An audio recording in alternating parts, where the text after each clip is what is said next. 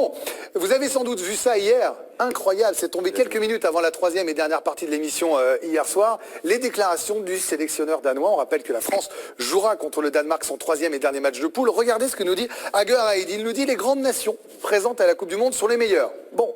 Mais pas la France. Je ne crois pas à cette équipe. Je veux bien être damné si on ne lui donne pas du fil à retordre. Ça va quand même assez loin. Est-ce qu'on a la suite de sa déclaration? On se contente de ça pour le moment parce que derrière, vous allez voir, il n'y va pas encore de main morte. Alors je vous pose la question, messieurs. Prenez vos ardoises. Ah, on a la suite. Très bien. Regardez, on remonte la suite. Allez-y, priorité à la suite. L'équipe de France n'a pas un leader comme Zidane en ce moment. Quand elle l'est, bah non. Pogba, bon sang, il se soucie tellement de son apparence. Je le fais un peu en mode théâtre, à chaque fois, évidemment. Je joue un petit peu le... Je fais vivre le texte. C'est la classe libre de l'équipe d'Estelle. Alors, on y va tout de suite. Montrez-moi vos réponses. Est-ce que la France n'est pas une grande nation de football? D'accord, pas d'accord. Quand on a gagné une Coupe du Monde, on l'est. Désolé. Pas d'accord pour Bertrand Latour. Pas d'accord, c'est une grande nation pour Pierre Boubi lui aussi. Il dit des vérités pour Karim Nedjari qui n'a pas peur de mettre les pieds dans le plat. Il est d'accord également, Vikash Dorasso. Oui, il est danois aussi d'origine. Et pas d'accord pour Raphaël Sebaoun. Tiens, je vais aller voir Vikash. Tiens, Vikash, pourquoi vous êtes d'accord avec le sélectionneur danois?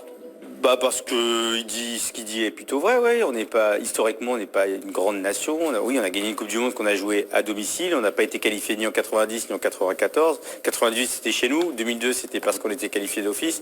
Il y a 2 euros gagnés. Non mais c'est ok.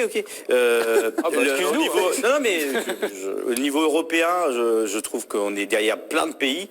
Dans nos clubs, au niveau européen. Après, on a beaucoup de joueurs qui sont partis à l'étranger. Et au niveau de l'engouement, au niveau des fans, voilà, le pays suit pas son équipe. Je l'ai vécu en 2006. Le pays suit l'équipe quand elle gagne. Quand elle perd, il n'y a plus personne. Et notamment... très dur quand on perd. Je me souviens de Naïfna, évidemment, et ça n'a pas été super, la sortie avec le bus, mais on soutient cette équipe que quand peut-être c'est dur de les aimer à non, mais très vite, c'est des mecs qui représentent mal la nation et qui sont pas des bons exemples. Peut-être parce que les politiques et dès qu'ils gagnent, c'est des bons exemples et des bons représentants de la nation et tout le monde est derrière eux. Donc voilà, moi je suis pas sûr qu'on ait un grand pays de sport et de football. Après, pour compléter ce que disait Vikash, mais juste en prenant les chiffres de manière factuelle, et quand on voit, on regarde un peu les participations de l'équipe de France à des Coupes du Monde, bah, la France est quand même dans les grandes nations. Une Coupe du Monde, voilà, c'est pas tout le monde qui a remporté une Coupe du Monde, on va le voir en chiffres. S'il vous plaît, 14 participations, il va y en avoir une 15e, donc pour la France, un titre, 20 participations pour le Brésil, mais quand on regarde un petit peu regardez les autres grandes nations, le nombre de participations, et il y a quand même un cercle très fermé aujourd'hui. Auquel la France fait partie. Quand on enlève le Brésil, l'Allemagne, l'Italie, vous voyez, même l'Espagne, par exemple, n'est pas dans le tableau de Raphaël. Vous, Bertrand, pour vous, il n'y a pas de débat. La France est une grande nation de football. Bah oui, on est évidemment pas la plus grande nation de football, mais on fait partie de ces pays qui ont une histoire, qui ont remporté des trophées, 3 au total, 2 euros, une Coupe du Monde. Effectivement, la domicile, mais il faut la gagner. Je crois que c'est assez rare que des Coupes du Monde soient gagnées par le pays organisateur. C'est pas si long que cela. Donc, moi, je vois pas pourquoi on devrait se flageller, surtout venant quand même d'un pauvre sélectionneur danois. Non mais sincèrement, pour qui se prend-il ce monsieur? Non mais que ça vienne de titre, je veux bien. Aussi, tu sincèrement, je trouve que d'ailleurs c'est une bêtise, mais absolue. Parce que là déjà, la causerie de Deschamps, elle est faite. C'est-à-dire qu'à Pogba...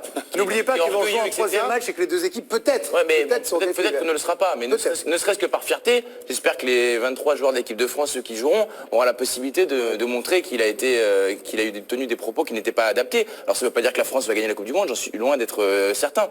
Mais je pense qu'on est quand même bien meilleur que les Danois, et je trouve les propos un peu déplacés venant de la part d'un adversaire de l'équipe de France. Pas très malin en tout cas. Karim.